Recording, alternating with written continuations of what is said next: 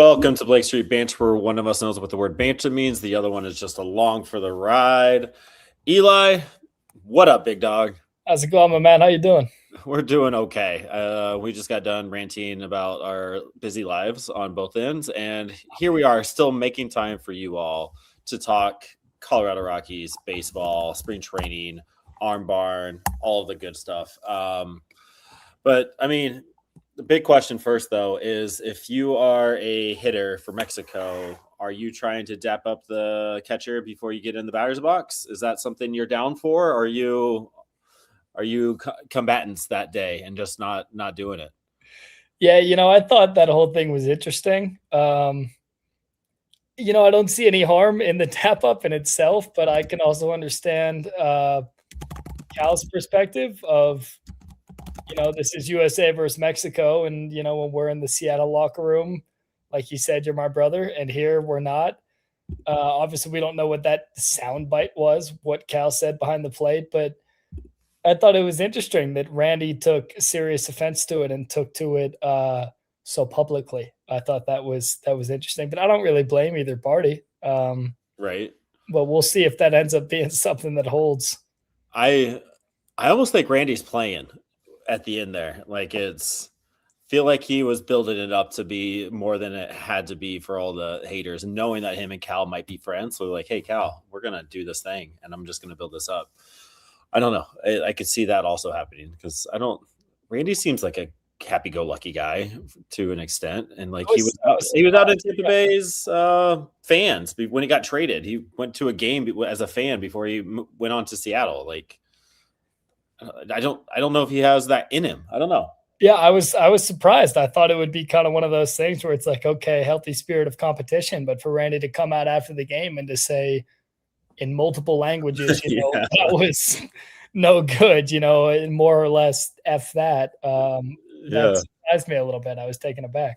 I know. I would love to get more from it, but I think the story is dead. They're both going to push past it, and I don't think it's going to happen. I don't think we're going to get more out of it. So the World Baseball Classic is fun. Mark DeRosa doesn't know the rules, which is crazy, but now he does know the rules. I don't know. To be fair, the tiebreaking. Got USA, Canada in another sport. Let's see if we can. Oh, dude. Respectfully to our Canadian fans, let's see if the US can steal another international competition. What if USA loses to Canada tomorrow night? Well, then we have another Rocky in the semis. If we're looking at Rockies fan, then Julian moves on, and we don't have anybody on Team USA. So it depends on your perspective. Yeah, you can't forget about Antoine Jean either. I feel like there's another Rocky. Oh no, he's a former Rocky. Cal's up there too. But yeah, Cal had a great game against Cuba. I think it was. He went 5. I mean, if we learned anything, electricians can throw 4.2 shutouts. Construction workers can hit bombs. Like the World Baseball Classic is just a hodgepodge of trade players. Like it's been phenomenal. I mean, I don't know what my expectations were. I've enjoyed it. And before we get into everything, and I'm going a little bit off script, but I'm curious because I've been thinking about this a little bit in regards to the WBC. Obviously, it's happening right now and it's great, but you see Scooble has to leave early and guys are only going 3 or 4 innings. I've seen people talk about maybe you do it during summer. Maybe it's an all-star break kind of thing, like the 4 nations for hockey. What do you think about that? Like maybe they make the all-star game a full week and you get all the festivities in and try and do that international thing, because viewership for the all-star game isn't what it once was too. Yeah, so I actually was having a conversation yesterday around 5:30 with a buddy. This was my idea. Have it every 3 years. Take two weeks off instead of 3, maybe 2 weeks. It might just be a week, but just do 6 countries representative in the MLB. Because I mean, we look at Team Italy and we look at Team Israel and Czech. Like there's the representation's light, right? So, but you still have your big dogs. You have Japan, USA, Dominican, Puerto Rico, Venezuela. Like those are well represented. And then I was thinking a 6th team just being the rest of the world, right? A hodgepodge of everybody else. So you have a 6-team tournament. 3 teams go over to Japan for a round robin. 3 teams go to the Dominican Republic for a round robin. And then there's a loser bracket in the Puerto Rico, and then a winners bracket in USA, where you do like a 3-team single elimination tournament type thing, where you have everybody doing, in the middle season, mid-season form, and you're giving Japan their chance to host Dominican, and like you're getting all the sites and countries to host, and then you just turn it into a week, and then combining that with all the other stuff that is involved with like drafts and whatever else might be. Like, I think it could work. I think it could be fun. I think it'd be great to see everyone at full strength, just to be able to see, Skeens had, what was it, 7 Ks and 4 innings or 3 and however many thirds. Yeah, when he's going like that, like it'd be cool to be able to see him go 7 on an international stage, and maybe he racks up 14 Ks, and it's like, that's awesome. Cool. Yes. That lives on forever, as opposed to we saw how good he was the other night, but it's not a performance that you'll talk about in 10 years. It'll probably go unnoticed. Yep. They need to figure something out with it, especially with the insurance policies that are taking players away from it. It's great. However, it could be so much better and take over the world. And we've seen success with like this mid-season country battle with the hockey stuff. Like the Four Nations was incredible. Like I watched more of that than I think I did regular season hockey. And I was like, this is awesome. Let's go into it. And then it built up for the Olympics last month. And then baseball's coming back to the Olympics in 2028. So baseball's coming back. So you're building up this competition. So MLB has an opportunity to fix it and adjust it, and they're showing that they're not scared to make changes. So maybe this is one of those things that they do. But that is 7 minutes of just random baseball talk. We are here to talk about the Colorado Rockies. As we get started with that, share this with your mom. We are her favorite podcast. And then go to BlakeStreetBanter.com and check out the most recent Mile High Metrics article from David, who literally looked at how the right-handed pitchers are going to adjust getting left-handers out in the bullpen. So as we get into this topic, and I'm going to be referencing David's article quite a bit here because Dude Man did the legwork and some of it makes sense. I think I get it. And the Colorado Rockies optioned, I'm pretty sure it was at the beginning of this week, they optioned the 3 lefties down in Sullivan, Luis Peralta, and Palmquist, the 3 lefties. And we've been on board thinking Palmquist might have a shot at the roster, just being another lefty in there. So 3 lefties are gone. Gabe Hughes is also down optioned. He's going to start in AAA, which was kind of expected. But there's literally the arm barn, according to Rockies roster resource, has the following in the arm barn. And one of them is a lefty. Victor Vodnik, Jimmy Herget, Juan Mejia, Zach Agnos, Bernardino, Brebbia, Thompson, Cincy. Again, this is Rockies resource. We can have the conversation by why Halverson isn't on there or Jaden Hill isn't on there. Maybe Mashinsky has a shot as well. But this is where it's at. Bernardino is the only left-hander in that arm barn, which was the pickup for your spring training stolen base leader, Braden Ward. Brought us our lone lefty in the arm barn. Huge shout out to Braden Ward for doing that, which is just silly but awesome at the same time. It got us thinking, like, we've been having this conversation, like, no, there's surely going to be 2 lefties, 3 lefties at least. No, they're leaning 1. And from what it sounds like, they're not looking to add anybody via free agency, or maybe there's a waiver wire that they have an eye on, like, if this guy gets dropped, let's pick up this lefty and see what happens. But right now, this is the squad. I think we're about 10 days out, maybe a little bit more than that from our first game, the Rockies' first game. And to see that go down, I was a little jaw-dropping. I was a little surprised by that. And so here we are trying to make sense. But your initial reactions to that, I mean, you were boots on the ground a week or 2 ago.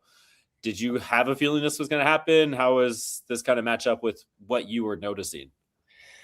Yeah, I had no real inclination about the whole thing. If you go back and watch our last 2 or 3 weeks, I have tried to make a point of bringing up the arm barn and the fact that the lefties were a story. I think my general take on the whole thing was always that the righties generally have the better stuff. When you look at your Palmquist, Peralta, or Herrera. Herrera pitched in AA last year, and he's got the stuff, and he will get there. But opening day roster always felt a long way away, and Palmquist and Peralta felt like the left-handed options, but maybe the guys that didn't have better stuff than, say, a Mejia or a Jaden Hill or something like that. So my mind was always, do they go with the stuff or do they go with the matchups? It seems like they're going with the stuff. So my reaction is, I don't know. I was surprised to see all three go at once, I guess. I wouldn't have been surprised if they had gone in with 7 righties and a lefty, but to see it happen in the first week of March and to kind of commit to that direction was interesting to me. But with that said, you mentioned Parker Mashinsky. I think Parker Mashinsky has a better shot at making this roster than a lot of people give him credit for, just because he's a name that is new to us. I don't have all the stats right in front of me, but if my memory serves me correctly, I want to say he's gone 4 or 5 times. First time he went was rough. He got beat up pretty good. But since then, I don't believe he's allowed an earned run. And the stuff is good. When I'm looking at the stuff in front of me, the cutter's good. The curveball is also played well. The fastball, the velo is not great, but it's just there. It's kind of a supplementary pitch as everybody has to have. So there are options.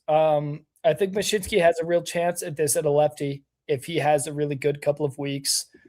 We talked about reverse splits, and we'll get more into that. But when I did my very basic research, David in his article did far more than I could ever be capable of. But when I looked at it before, Petit in his minor league career was actually a really, really good reverse splits guy. Obviously unfortunate that they made those moves, and then Petit had his injury, and I think it is safe to assume that he will at the very least start on the IL. We don't have enough information on that yet. Hopefully it's just a sprain and he's okay. We don't know the severity. So that's that. Brebbia is another guy who has been maybe not as good as Petit in terms of reverse splits, but his numbers against lefties are not far from what they were against righties. So I think Brebbia is an arm that has another shot. I think when you look at the whole roster and you look at the bullpen, I think it's another thing where they're just going to assess what's most valuable for their roster at the time. Like when you look at a guy like Keegan Thompson, Keegan Thompson, he had a tough outing the other day. The numbers maybe haven't been great, and the stuff maybe isn't as good as some other guys. And that's not to say it's bad. I think that Keegan Thompson is a major league reliever. But my mind kind of goes to maybe they go to a guy like Keegan Thompson who has no options left. So it's either you put him on the open roster, he's gone. And it's how I kind of felt about Petit, where it's like you put him on the roster or he's gone too. My mindset is maybe that they give these guys a month and see if everything they've worked on in spring training comes to fruition during the regular season, and if Keegan Thompson has an ERA of 7 after a month, then yeah, maybe they DFA Keegan and whoever is the right-handed option that just didn't make the cut comes up. But I think my general prognosis, if you will, is that maybe that they'll go with the veteran arms, and the same can be said for the roster, but the veteran players early, give them an opportunity to prove that they have what they once had or have the ability to help. And then if it doesn't work, they will not be afraid to go to those younger guys. You might be onto something with that last statement there, getting the veterans, the leash that they kind of earned, so to speak, just by being veterans. But the other guy without an option is Jimmy Herget, which I think we're safe to say he's good there.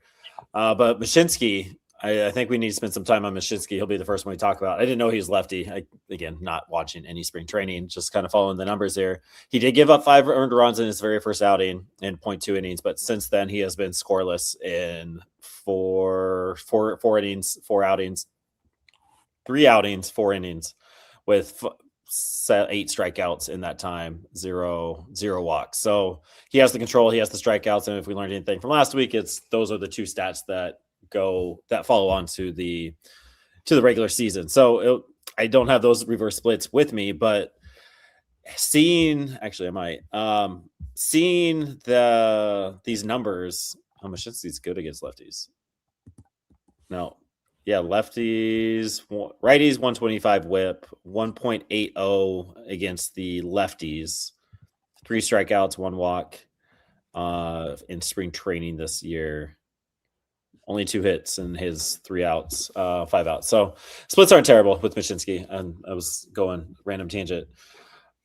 Maybe he's a non-roster invite. And to think about the 40-man roster with that, Ohl and Petit are going to go to the IL. They're going to go to the 60-day IL. Rockies don't need to move them yet. They don't need to manipulate that situation yet. I don't know when rosters are due. I don't know if you found that when we were talking, but Mashinsky might be that guy that just like, all right, you earned yourself a spot. You got the invite. We have room for you on the IL. We don't need to worry about this. So there's your second lefty coming into the pen.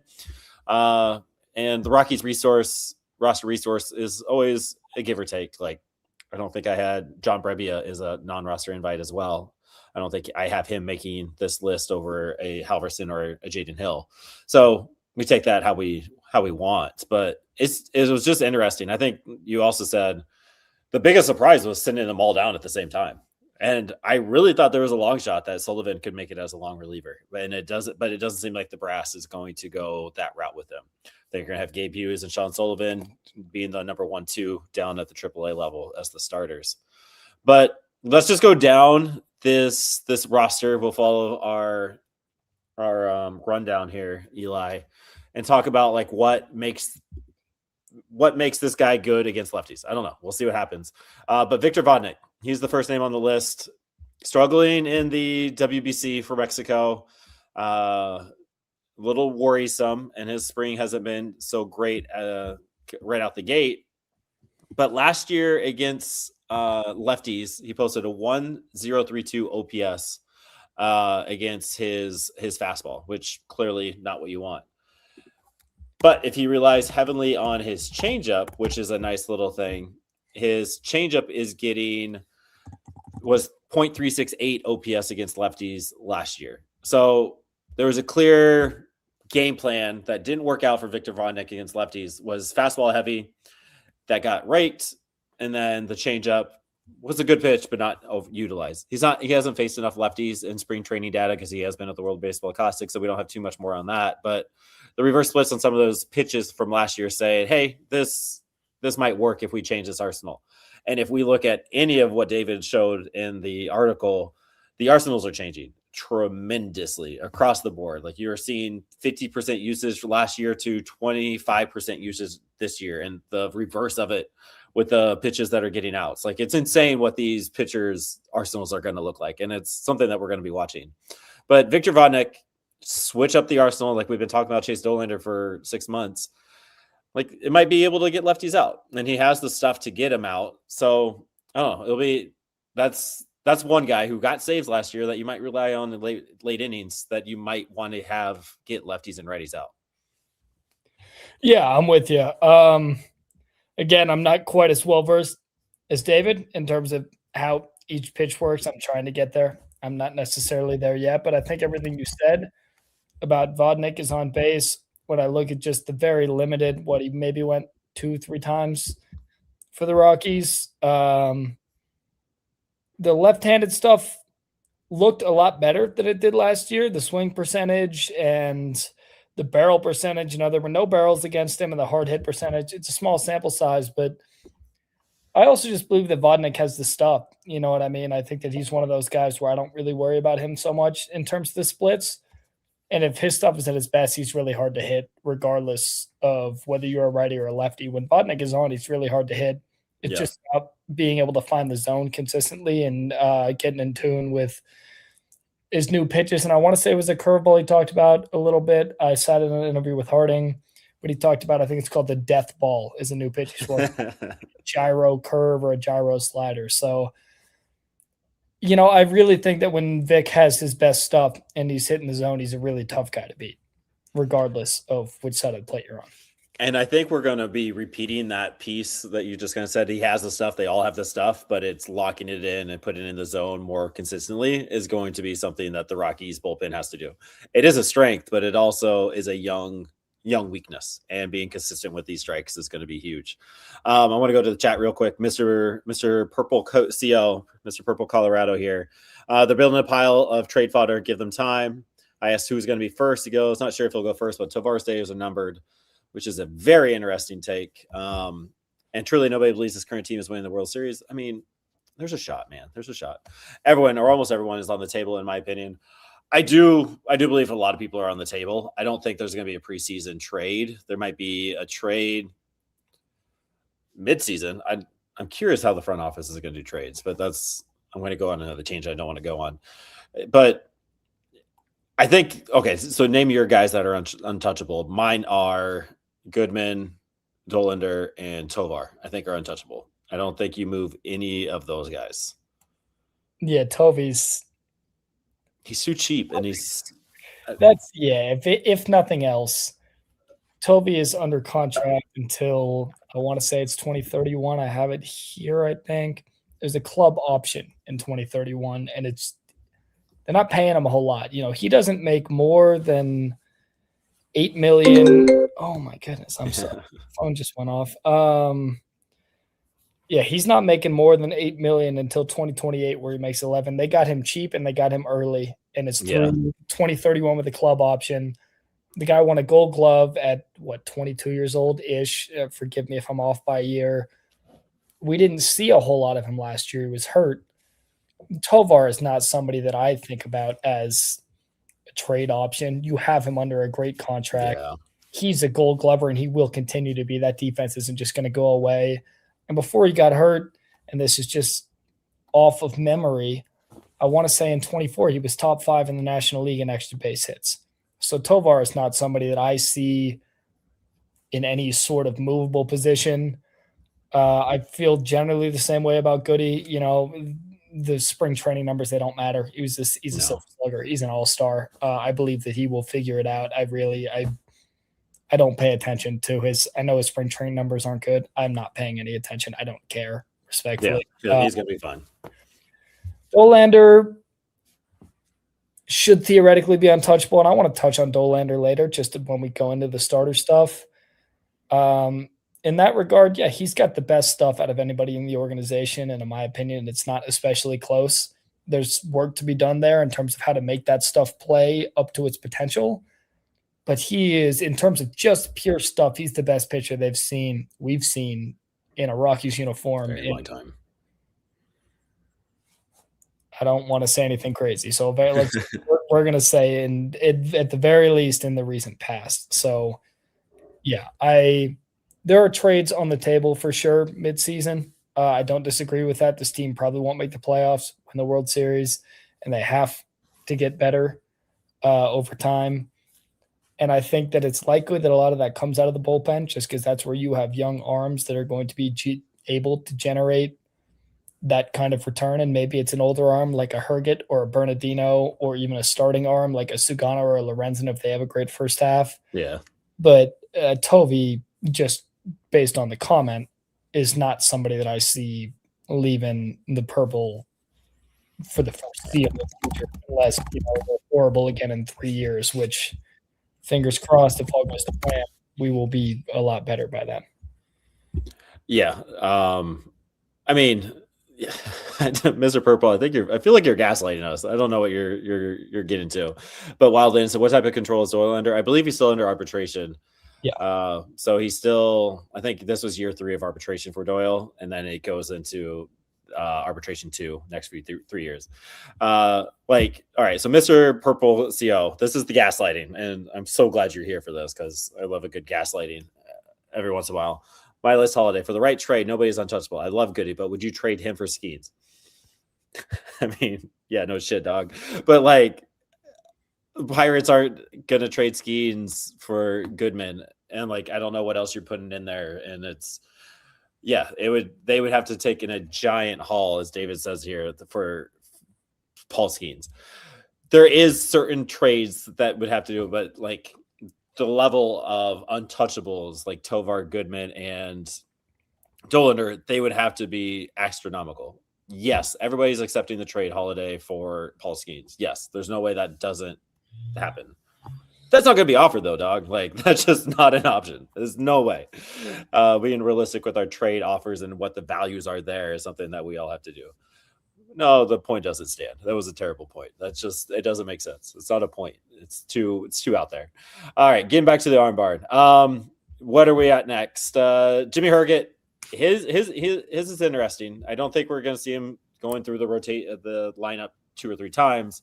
But he had a nice sweeper. He's ditching the curveball, and this four seam is going to get more run against lefties, which is something you're going to want. So this sweeper over the curve is an interesting take. Again, check out David's article on BlakeStreetBanter.com that it's going to be more of a pitch to contact pitch rather than we're going to get you to swing at pitch outside the zone. So Jimmy Herget, who was already fantastic last year, adding a sweeper that's going to get weak contact to get these lefties out is a nice little addition that the front office is adding. Yeah, absolutely. I mean,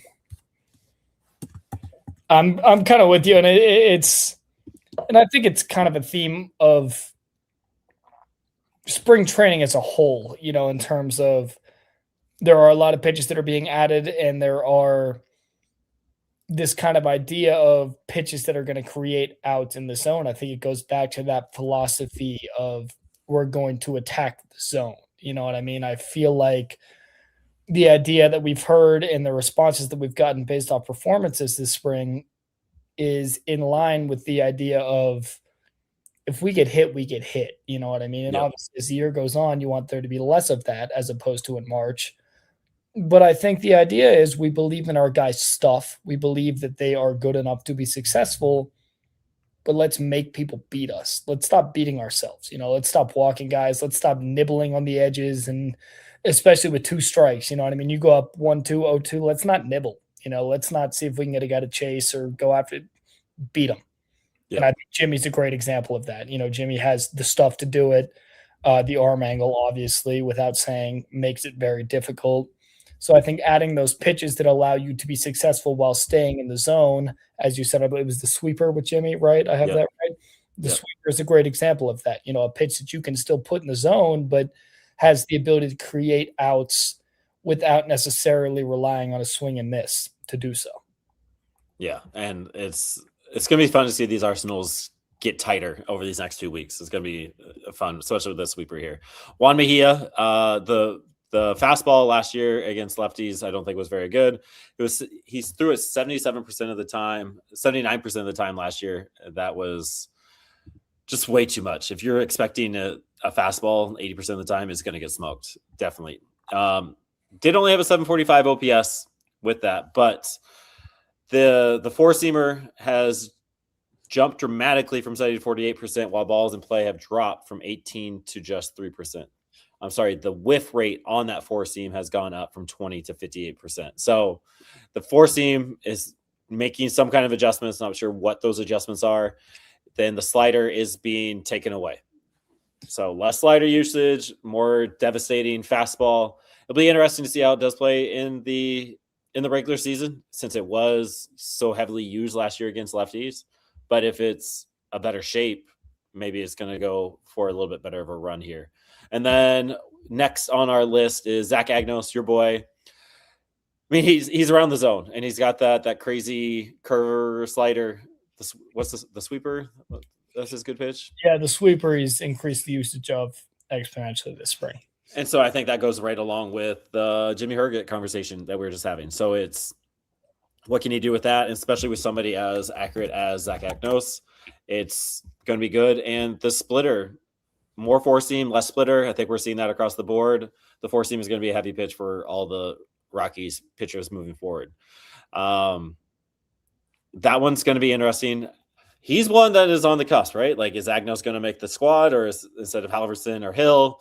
I think we had that conversation in the BSB chat. Like, stuff wise, it doesn't compare to Halverson, but control does, getting outs does, and it'll be interesting to see how the Rockies go about doing that. Anything you want to add on Agnos? Yeah, assuming that things continue the way that they have, I can't imagine he doesn't make the roster, just in the sense that he's done everything they've asked. I think we're up to 5 innings now, no runs, 1 walk. He's playing in the zone. He's getting soft contact, and he's finding that swing and miss, especially with that sweeper. He's got a lot of guys chasing. Even if it's not always in the zone, it is deceptive enough to do so. I think the way that they've adjusted the uses of his pitches, it's very much in line with what they're trying to do. So, again, I think that it's very easy for us to say that the stuff reigns supreme, and for the most part, it does. Mm-hmm. There are certain examples where maybe it doesn't. And we look at the starting pitchers, and again, we will get to that. But somebody like Tanner Gordon is very similar to me, where he doesn't have the stuff or a Feltner or a Dollander, but he has the ability to hit the zone consistently. And I think that is another conversation when it comes to opening day roster versus somebody who sees time in May or June. They want guys right now that can find the zone. And for some guys, that's easier than others. Agnos he had some walk issues last year, but has been able to find the zone pretty consistently. Gordon's another guy like that on the starting side. Those guys will have the early advantage because the adjustments that the staff is asking them to make aren't as drastic for them. Right. Somebody like a Dollander who the stuff is undeniable, or a Jaden Hill, the stuff is undeniable, and Jaden Hill has been very good his last few outings. Don't allow this to take away from that. There are more adjustments to be made in terms of my stuff is this good, and I'm used to kind of nibbling because my stuff is this good. I can get ahead and nibble. And now it's like, okay, you're up 1-2. We want you to go at this guy. And I think mentally that is its own battle in terms of I'm so used to just dominating people my whole life. And now I'm going at people even when I'm ahead in counts. And sometimes I'm going to get hit or sometimes I'm going to miss. And I think that adjustment for some guys is going to take longer just because the control is maybe more of an issue for them than it is for other people. So I think that's important to note.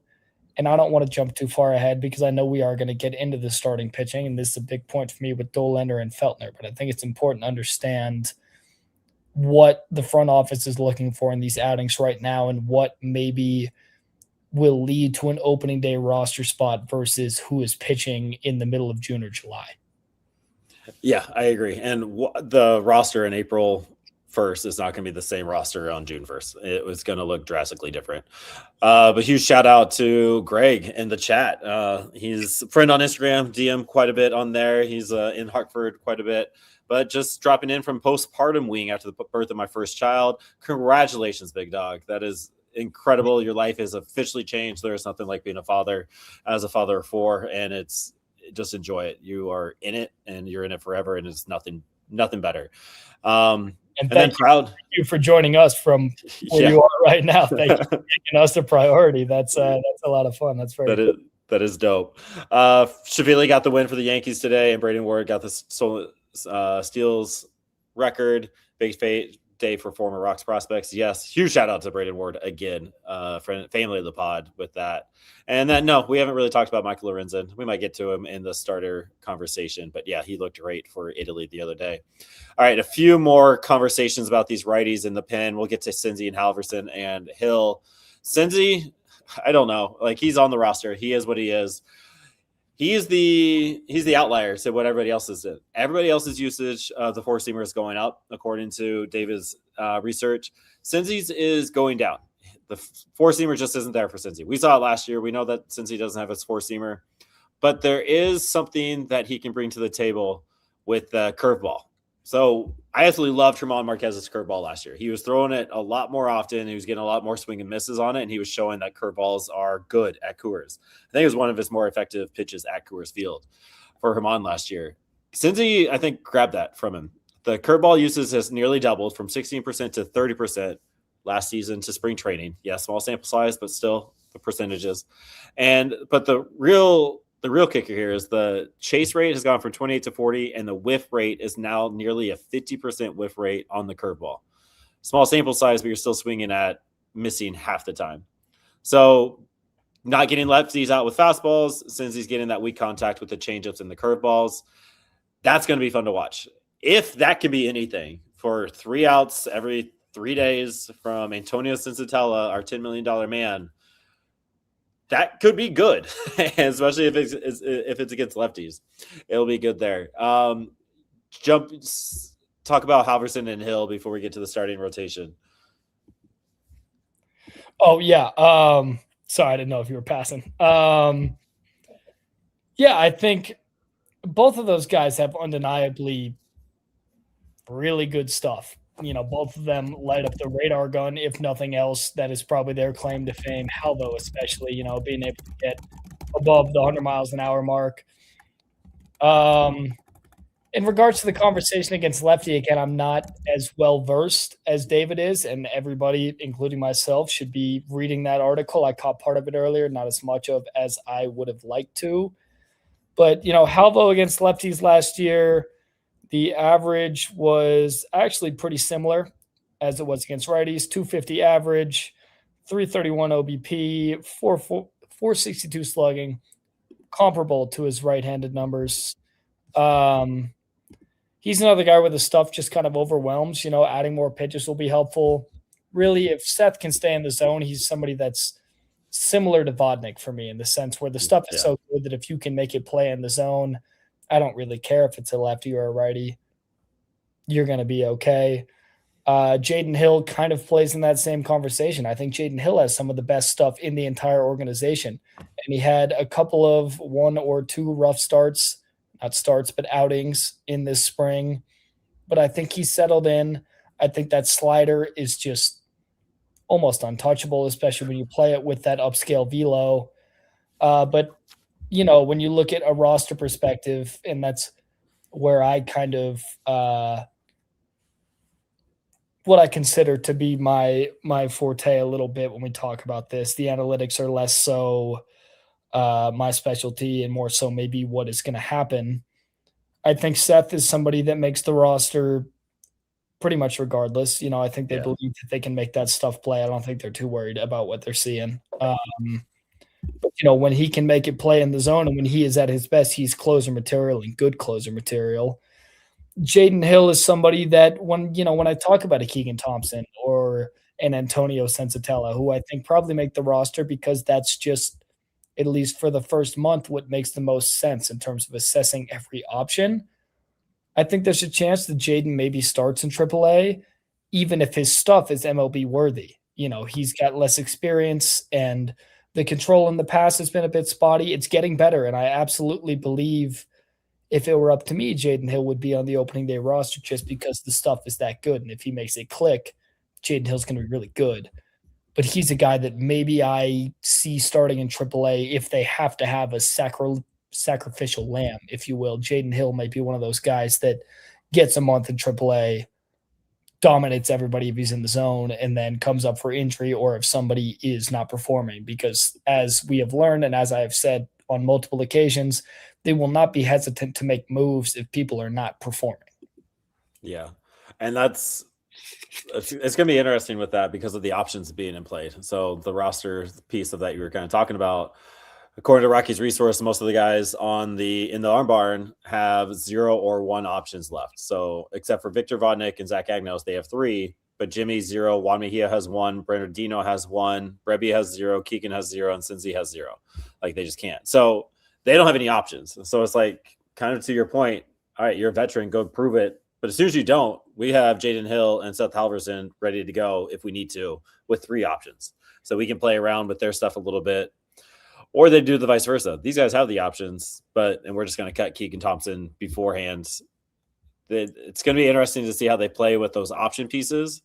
Because, if it is a new regime, right, and you're trying all these things, and these players, these young cats need to a little bit more time to hone in this stuff with this new game plan, why not go do it in Albuquerque for a month and then come up when there's some struggling or arms are starting to slow down a little bit?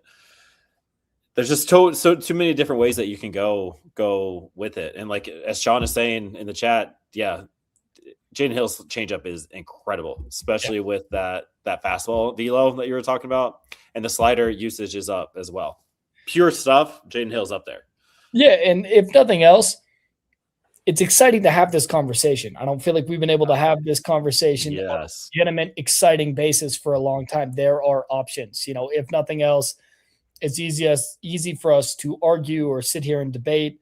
It's a good thing. There have been so many years where it's like, gosh, they have to take one of these guys, or this guy is going to be on the roster because who else would be? And now it's like, yeah, we're going to take this guy because we have other options, and maybe he doesn't have minor league options. So let's find out what he has for a month. And if he doesn't, we have talent at the AAA level that can come up and take his place. And I think that's a beautiful thing that is important to note. If nothing else, allow me to be the optimist in this situation and remind everybody that there have been a lot of years where we haven't had excitement about multiple arms. And now I look at the bullpen and there are 8 or 9 guys that I have legitimate excitement about or optimism about. And I think that's a beautiful thing in itself.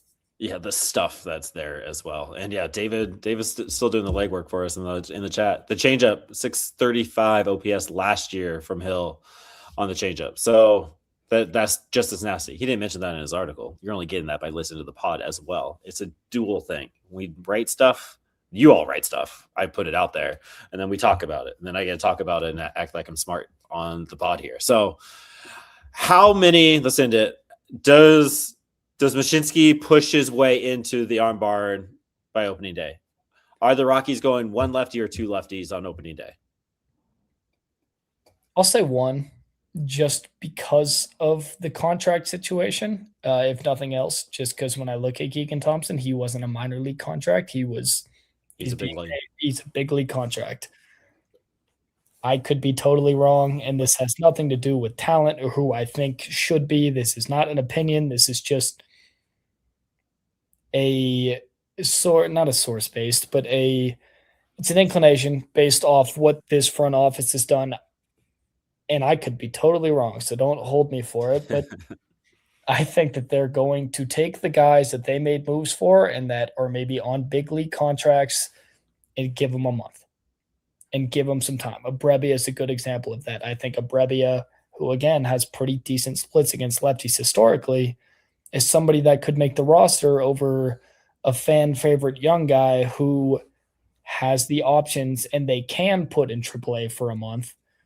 And if Brebbia is great, then awesome. And they look like geniuses and everyone's happy. And if he's terrible, then okay. It was a month of John Brebbia. And again, he's a non-roster invite guy, but he's an older guy. You probably, maybe not probably, but Brebbia is what? He's in his 30s. I think it's more likely that if it's a Brebbia versus the Jaden Hill conversation, that they give Brebbia that chance for the first month. And if he's great, then great. And if he's not, then you don't lose anything. There's no harm. Yeah, I think I agree with that. I think I'm walking away from this conversation with the vets are going to get the first month, and we're going to see how it goes. And if they're good, let's trade them. Everybody needs a reliever in July, so you keep them there a little bit longer, develop Hill. I mean, just assuming getting those guys a little bit more time in Albuquerque. Ohtani, Tucker, and Freeman coming up in the 8th. Who are you throwing? At first, I was like, why would this be a lineup that we'd face? Like, this doesn't make any sense. And then it's like, oh, fuck, the Dodgers. Yeah. Ohtani, Tucker, Freeman coming up in the 8th. Who are you throwing? Jokingly said Cindy in the YouTube. Agnos? I love Agnos' ability to throw strikes and let's run recency bias. It's spring. Sample size are small. Let's go on the small sample size. He's done it twice. I'm with it. Yeah, let's go with Zach Agnos with that. Oh, it's a great conversation.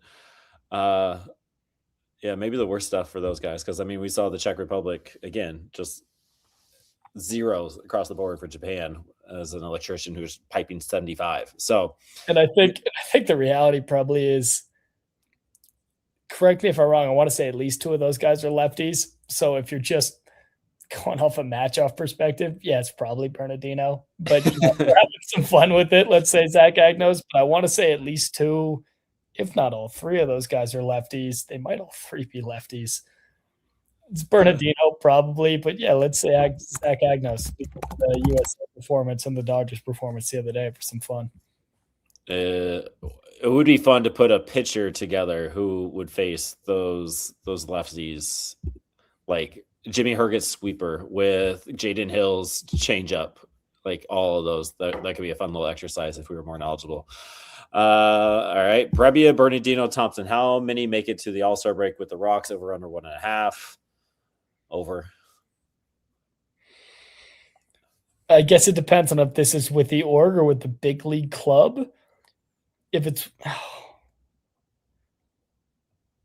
I'm going to say under. I'm going to go under, and I hope to be wrong, but I'll go under. I'll say they go to the young arms, and this under is me believing in Herrera to be the guy, me believing that Herrera goes in the minors and just Wellington or UNR? Wellington for this perspective. Both incredibly talented, but Wellington in terms of who could be seen with the big club. I'm a big believer. I want him to go to Albuquerque, and I want him to just ruin people for 2 months and come up and he's going to. Yeah, he's seeing him in person for the first time when I was there. My first game against the Giants in Scottsdale, maybe 2-3 weeks ago, whatever it was. Seeing Herrera in his best outing of the spring, he was just. It's different in person. He's that good. Yeah, there's some pictures like when you see him in person, you're like, oh, okay, this is what this is supposed to be. And I remember Mashinsky was in that conversation too. He struck out the side when I was there, and the curveball was in person. You know, numbers say one thing, but it was gross. The eye test is important. I remember watching Kate Horton once in a minor league game. He was throwing 93, but I looked at my friend, I was like, that's not 93. Because the guy before him was throwing 95. I was like, yeah, that's cake. The 93 that Cade was throwing was like, holy shit. Like, this just isn't the same people. Like, you can just see the difference of it. All right, we're at the 45-minute mark, Eli. What do you want to talk about? Pick one of the things at the bottom here. First base battles, roster battles, touching Tyler Freeman, bold predictions. You know, why don't we do the roster battle? Just because I think it kind of we'll do like a rough because there's been a lot of opening day roster stuff coming out. We'll leave the bullpen and the pitching aside, or we can include the starters. We'll leave the bullpen aside. So take 8 spots away from that. So say what? That's 18 spots left. Let's talk about that. And then in that vicinity, we can kind of just touch on everything else. We can touch on all the battles briefly. And gosh, I can't wait for us to be atrociously wrong about this, but that's what we're here for. You know, we're bantering. It's our job. All right. So the battle for first base, I mean, we've touched on it. It's been TJ and Condon, a lot of conversations about Condon. Is he going to make the team? We're both on board saying no, just because. But Troy Johnston had a game yesterday. He finally did something. I was like, oh, now Troy Johnston's on this team. I see it now. I think he's hitting 324 now, very quietly 324 so with quiet.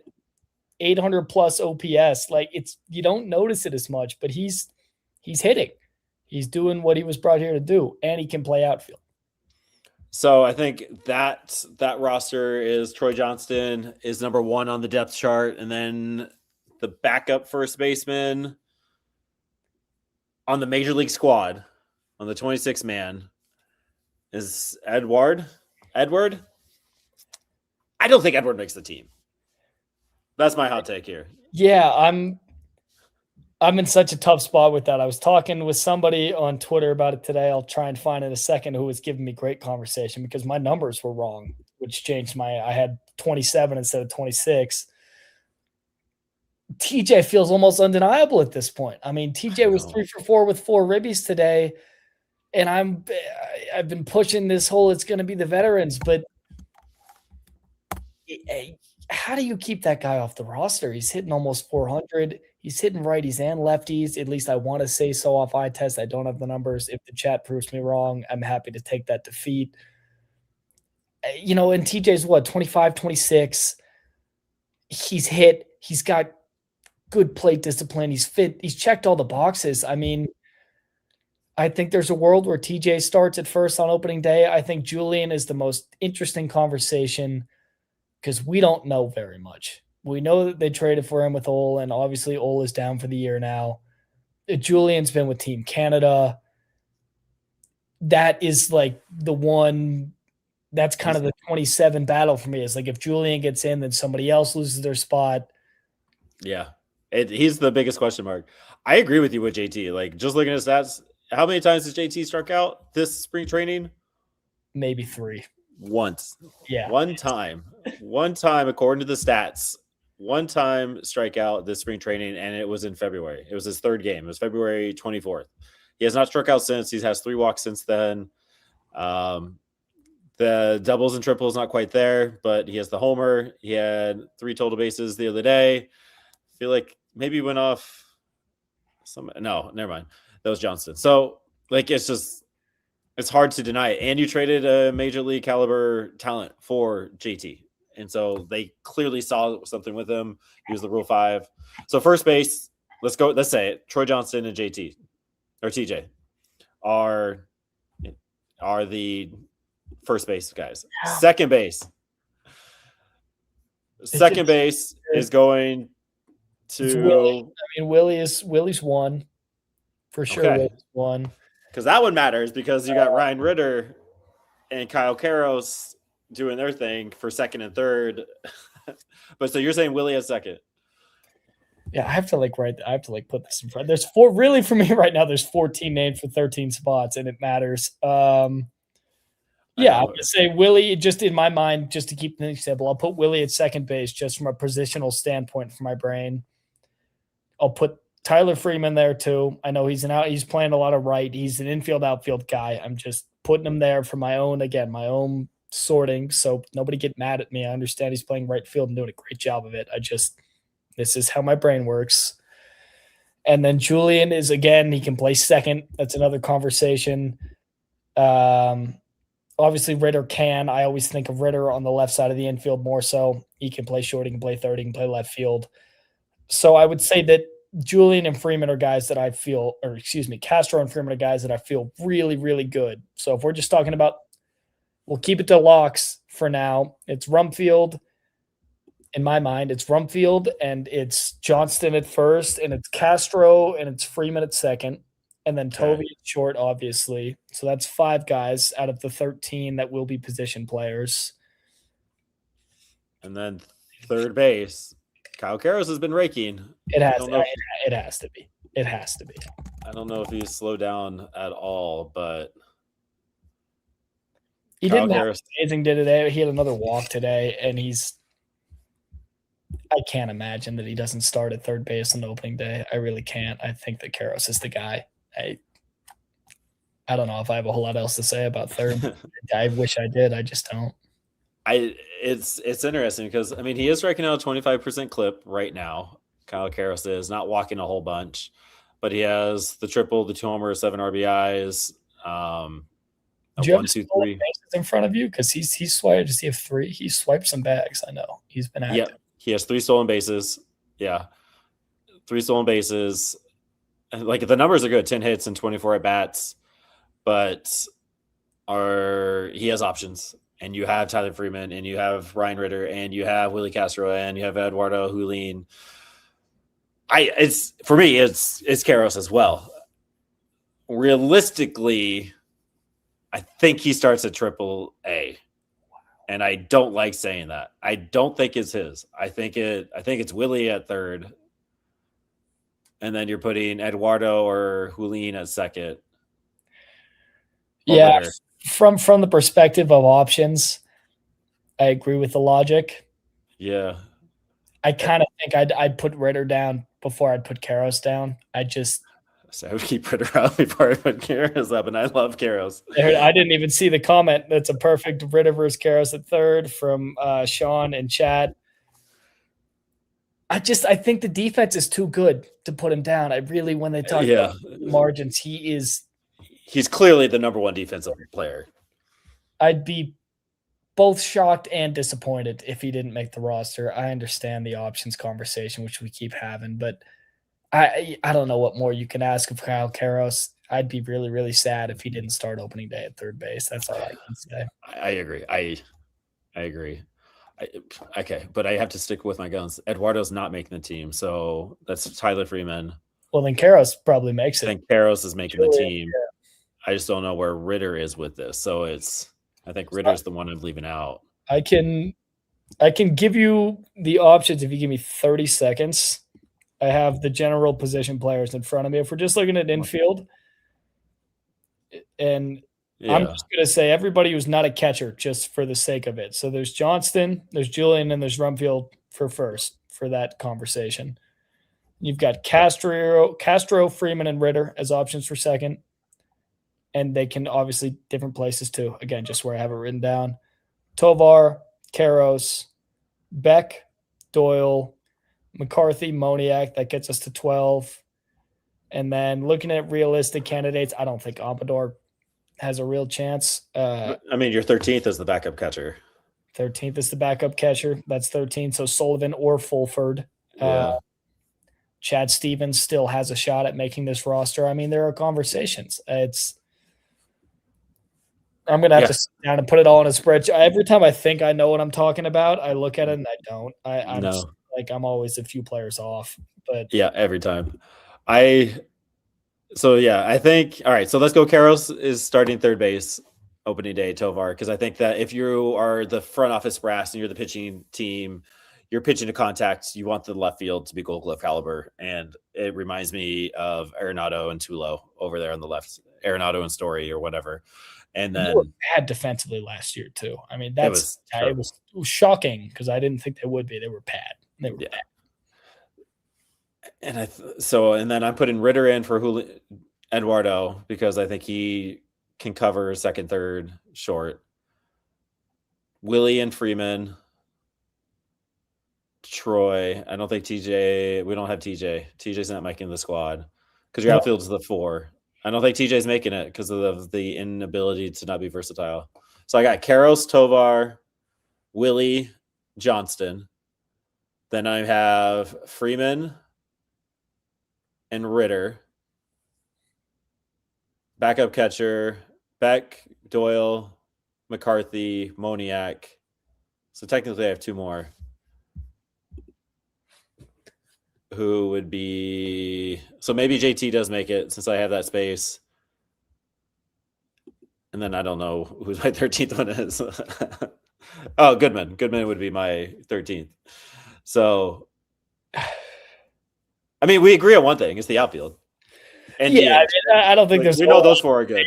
The 4 are very set. And then what I was thinking about earlier is, assuming that Johnston and Freeman make the roster, then you have 6 guys that can play the outfield. Yes, Ritter has played it, but I'm not for this conversation. That's not happening. You have 6 outfielders or potential outfielders. That's 3 lefties and 3 righties. That's Johnston and McCarthy and Moniak with the left-handed bats and Freeman and Beck and Doyle with the right-handed bats. I think those 6 guys are good bets to make the roster with the splits and the versatility it gives them. Yeah. I think that it's likely that either Ritter or TJ become sacrificial lambs in this. And this is with the thought of Julian. If Julian makes the roster, the one of those guys is probably a sacrificial lamb. And if he's not, then they both make it. I just don't know where they stand on Edward Julian. And that to me is the mind breaker for this whole roster. I can't build it because I assume he's going to get it back from Canada. Yeah, I assume he's going to make it because they traded for him and he's got experience.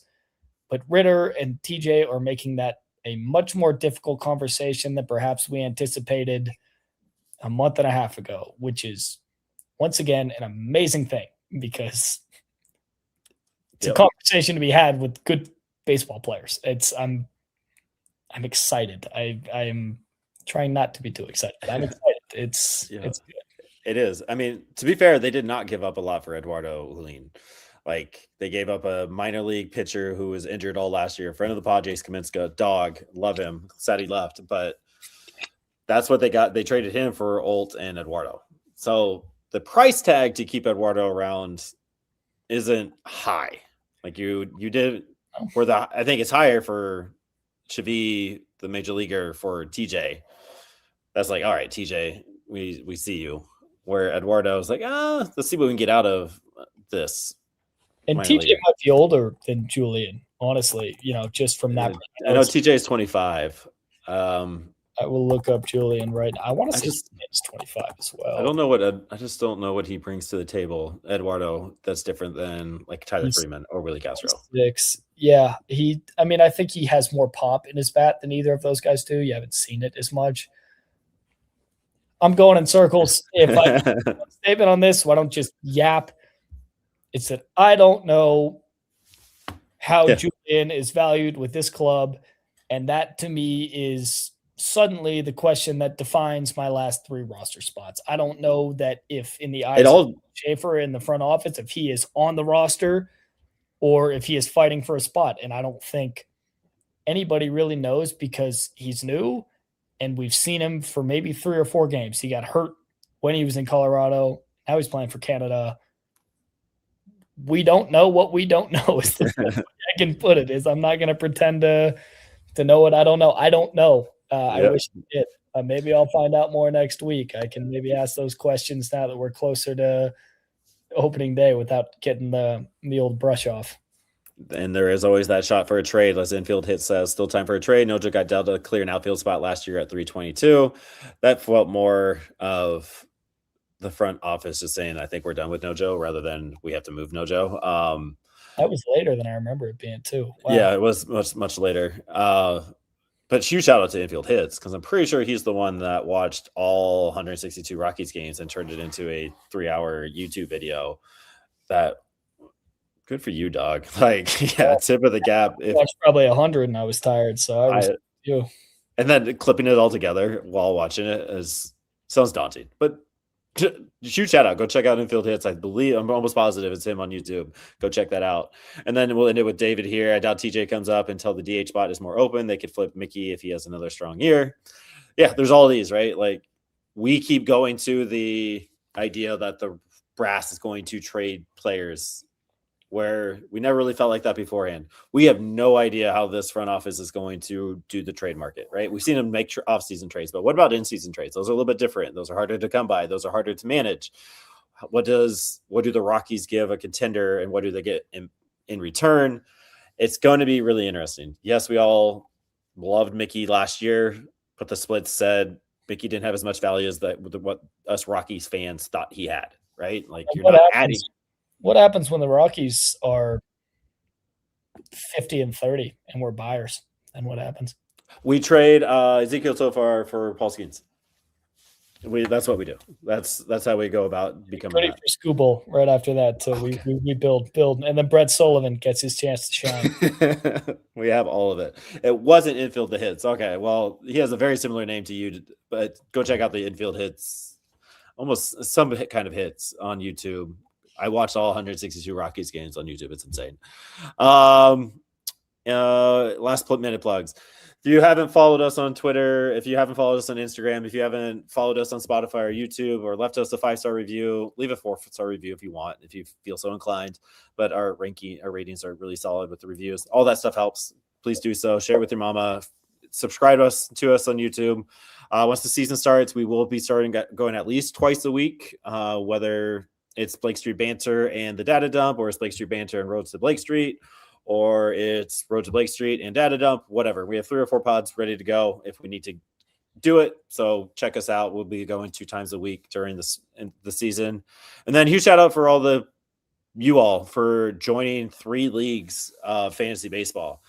That money is going directly to the website, to StreamYard, all of us giving some kind of cash to the people that do all the fun things out and about with the writing and the creations and all that. So all that goes directly back into Blake Street Banter. So huge shout out to the fantasy groups.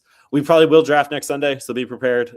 Please, if you are a listener and you are in the leagues, please check the league chats. That's the best way I can figure out how to communicate with you all with that. Sunday night, probably drafting all 3 of them. Leagues back to back. Me and James might go live. Might see my friend James again. We do want to go live for the spring breakout next Saturday at 8:00 Eastern. Don't know what the squad looks like going live on that, but it's been a blast when Tyler and I have done it the last few years. I'm pretty sure Isaac joined us or Lewis joined us last year. It's fun. It's a 7-inning game, 2 hours. We talk all the knowledge that we know, and we watch the prospects do their thing. So that's a lot happening Saturday and Sunday. We have a Chase Dolander article dropping tomorrow from Sean, a Data Dump, a Mile High Metrics article. Our BSB Toss Prospects is dropping next week. Slowly throughout the week, we'll be releasing our top 50 prospects as they go live. So it's a big week. Regular season's right around the corner. Yeah, this is nuts. So keep checking us out. Share it with your people. Follow along with us, BlakeStreetBanter.com. And I think that's it. I think it's all. Before we go, keep it very quick. You talked about spring breakout. I will be there. I will be there all of next week. Yes. We're always looking for content ideas. I've got some great ones from everyone here. If you have content ideas or requests for me, you can find me on Twitter at this handle. I think I'm pointing at the right spot. I hope not. I'm doing my best. Hit me with that. Any fun questions, anything like that, any content you want from Spring Breakout, obviously prospects, what we do best. We would love to know what you guys want to hear. So I'm here to help cater to that the best that I can. And for anybody who is around in Scottsdale next week or in Colorado during the season, hit me up at the same place. I will be around Coors. I will be around Scottsdale. Would love to meet everybody, have some fun, talk some baseball. Absolutely. Go Rocks. Woo!